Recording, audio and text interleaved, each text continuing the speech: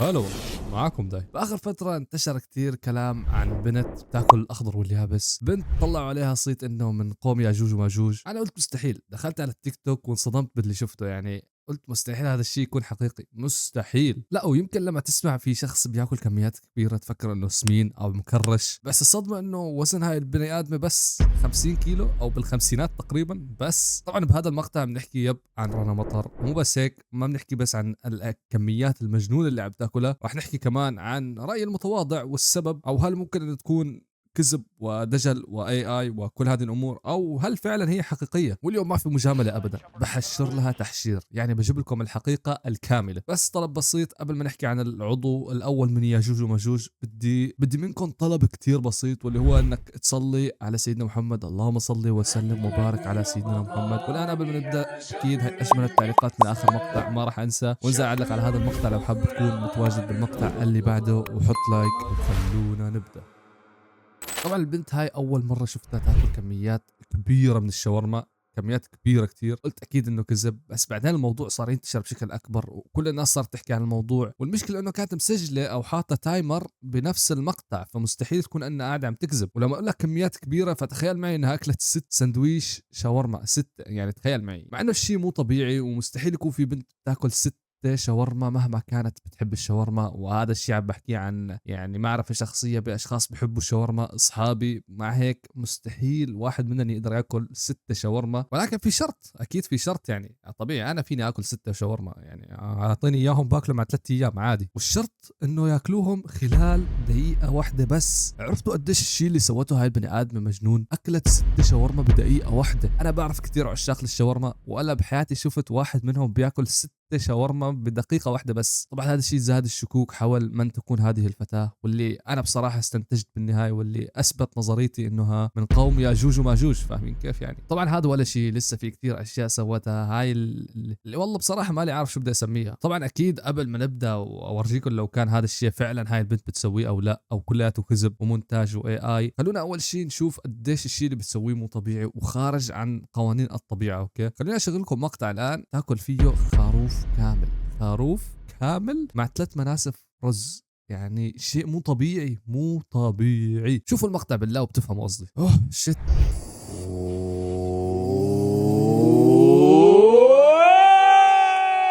وتحدي اليوم المفطح، مفطح كامل. تتوقع بقد ايش اقدر اخلصه؟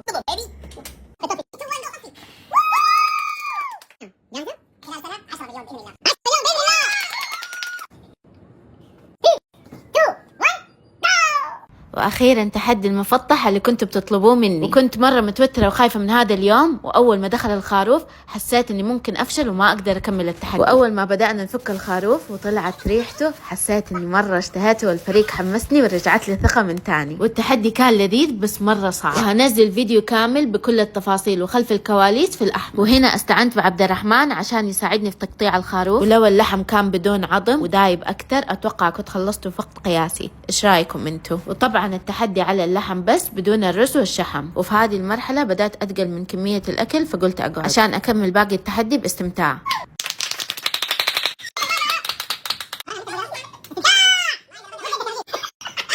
وخلصت مفتح كامل في 27 دقيقة و15 ثانية. ومرة شكرا لكل الحب والدعم، حقيقي أحبكم كلكم، وانتظروا فيديو ال 2 مليون، ترى راح يكون أقوى من كذا.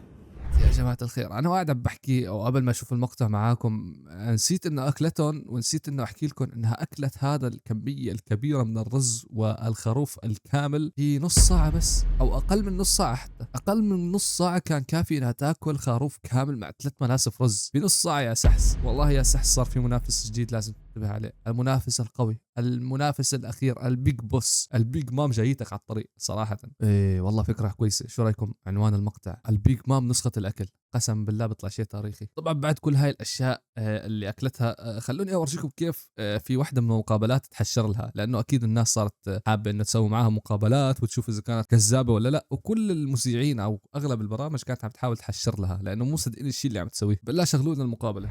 كل الناس تقول معقول الأكل ده فين يروح؟ هذه سعرات حرارية، يعني أنا أكبر منك في الوزن، وأكيد أنا أكل أقل منك بكثير.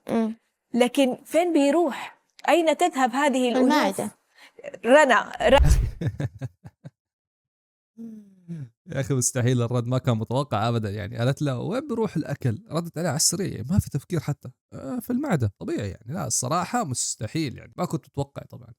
المقابلة طويلة يعني ما راح اقدر اني نشوفها بالكامل. في كتير مقابلات لها، وواحدة من هاي المقابلات تحشرت بعد ما جابوا لها 6 شاورما وقالوا لها يلا يا حبيبتي كليهم بدقيقة واحدة، كليهم بدقيقة واحدة، ومو بس هيك على الهوا مباشرة. وطبعا انا هذا الشيء كمان سؤال بطرح نفسه دائما بعد ما شفت هاي البنت، بما انه هي شايفة انه في كتير ناس عم تتهمها بالدجل والكذب والاي اي، بما انه هي عم تقول انه مستحيل تسوي هذا الشيء، فليش ما تسوي بس مباشر من عندها عادي لايف وتورجيهم كيف انها فعلا بتاكل كل هاي الكميات بدقيقه واحده؟ ليش لحتى تطلع بمقابلات وتبرر وتحكي وتساوي؟ خلص انا لو كنت مكانها بسوي لايف بس مباشر على السريع بورجيهم وبوم بقفل البث. المهم انه في واحده من المقابلات جابوا لها 6 شاورما لايف مباشر، وقالت له مستحيل اكلهم على الهواء، مستحيل اكل قدام الناس. والله باين انه كانت عم تستهبل علينا. مستحيل تاكل قدام الناس، ومقاطعها جايبه ملايين المشاهدات على التيك توك. طبعا خليني كمان احكي لكم شيء ثاني، راح اعرض لكم الان مقطع. هذا المقطع بيورجي كيف انه الساعه تغيرت من لما بدات تاكل لحد ما وقفت اكل، والوقت الفعلي اللي هو 6 دقائق او دقيقه كلياته كذب، لانه بكون مر على وقت اكثر من نص ساعه تقريبا، وعلى حسب الجوال اللي هي حاطيته في المقطع. فاهمين كيف؟ هذه كمان شيء اضافي بأثبت انها بصراحه ما عندها سالفه. فاهمين؟ كلياته كذب. لا شوفوا المقطع معي. تتوقع قد ايش اقدر اخلصها؟ جاهزة؟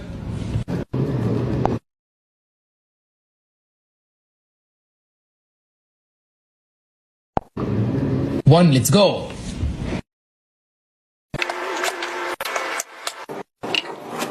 خلصت 10 حبات تشيز بون في 6 دقائق و23 ثانية. اكتبوا لي تحت ايش تتوقعوا التحدي الجاي.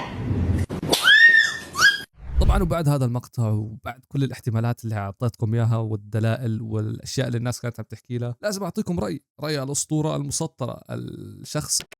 انا مستحيل اصدق انه في بنت بتاكل كل هذا الاكل بدون ما تسمن. اكيد في سر او لغز بالموضوع، اوكي هذا مبدئيا. بس الاحتمال الاقرب واللي انا شفته اكثر احتمال منطقي وردي هو انه يمكن عن جد هاي البنت بتاكل كل هاي الكميات عادي جدا، وعادي جدا يعني تاكل كل هاي الكميات وتكون واحد من القوم. فاهمين كيف؟ مستحيل تعرف. يمكن تكون من قوم ياجوج وماجوج بلشوا يتصرفوا بالدور شوي شوي يعني. فاهم كيف؟ يعني هي صراحه ما بستغرب لو كانت من القوم يعني. يكون شيء جدا طبيعي ومنطقي كمان نظرا للاكل والكميات اللي بتاكلها. يا حبيبي حتى لو ما في تايمر مستحيل بجلسه واحده اكل الاكل اللي هي عم تاكله، مستحيل. بس والله قبل ما انهي المقطع حابب بس احكي لكم شيء. المقطع هذا كان فقط للترفيه وللمزح، يعني لا حدا يشدها ولا حدا ياخذ المقطع بشكل شخصي. واكيد بدي منك طلب، صلي على النبي، اللهم صل وسلم وبارك على سيدنا محمد. حط لي لايك واشترك في القناه، خلونا نوصل 20,000 مشترك يعني. ما ضلنا شيء، اهم شيء انك لا تنسى تشترك وتحط لايك وتكتب كومنت عشان تطلع معنا بالمقطع الجاي. وبس والله بتلاقي الانستغرام رابطه تحت بالوصف، بنزل فيه اشياء رهيبه. كان معكم داي